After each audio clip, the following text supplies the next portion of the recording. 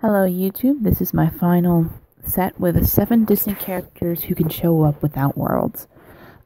This is actually going to be 6 in this. The last one I know I'm going to go into some detail with because I really think this character should show up.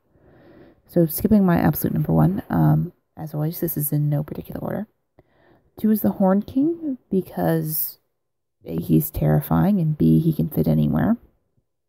And he can be working with his cauldron to try to create an army of the dead for something, either for his own merits or for Master Xehanort. Next one is Darth Vader from Star Wars.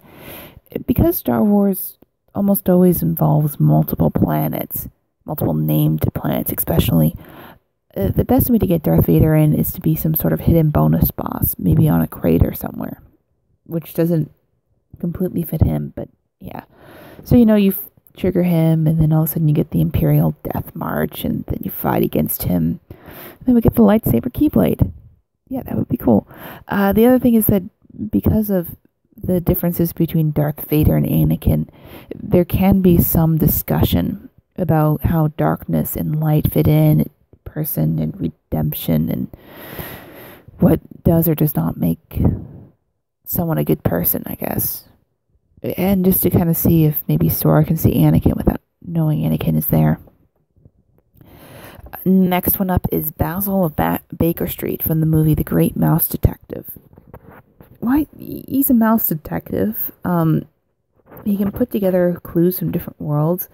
Sora is more intelligent than how we perceive him, but he's not exactly the brightest bulb in the box. So he, with the help of a detective such as Basil can be working in between each world, putting together information, trying to figure out what actually happened all those years ago, either with the Birth by Sleep crew, or with what caused Master Xehanort and Master Ericus to break up their friendship, or even what happened with the Keyblade War of so many years ago. So, and plus, he shrinks, or we would shrink to see him, and that would be fun.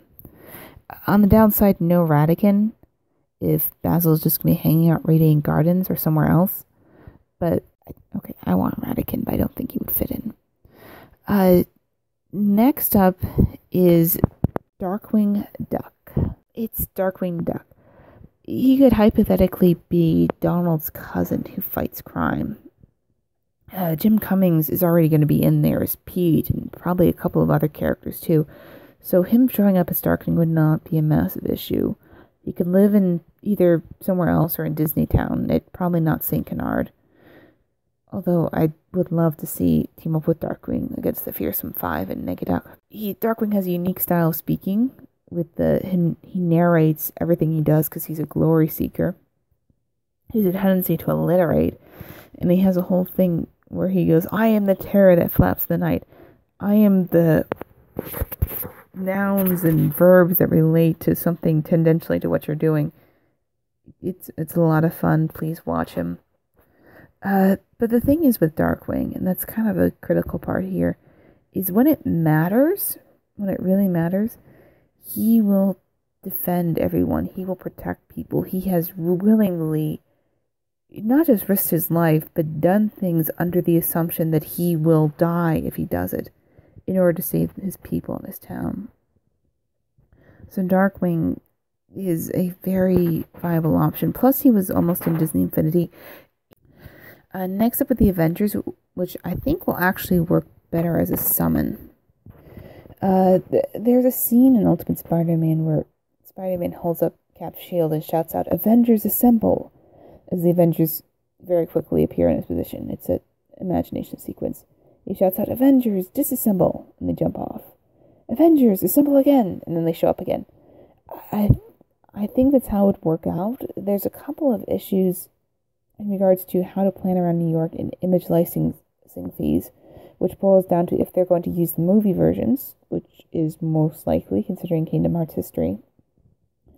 Then they would have to pay for everyone's appearances, and if they did the TV versions, which is what they're doing for Disney Infinity and the video games, it might not be as well known, and at least for the Kingdom Hearts stuff, where they usually go with the movie actors, and then it would be a mess. If you just have them pop up kind of hidden as the event, as a summon, that would work very, very similarly to Final Fantasy VII Knights of the Round, and you would have to go through a couple different side quests to get.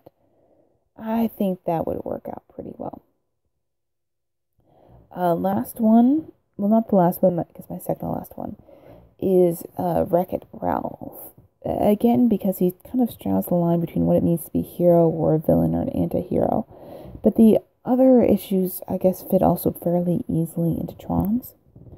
He can very easily access digital information, being a computer program. So he can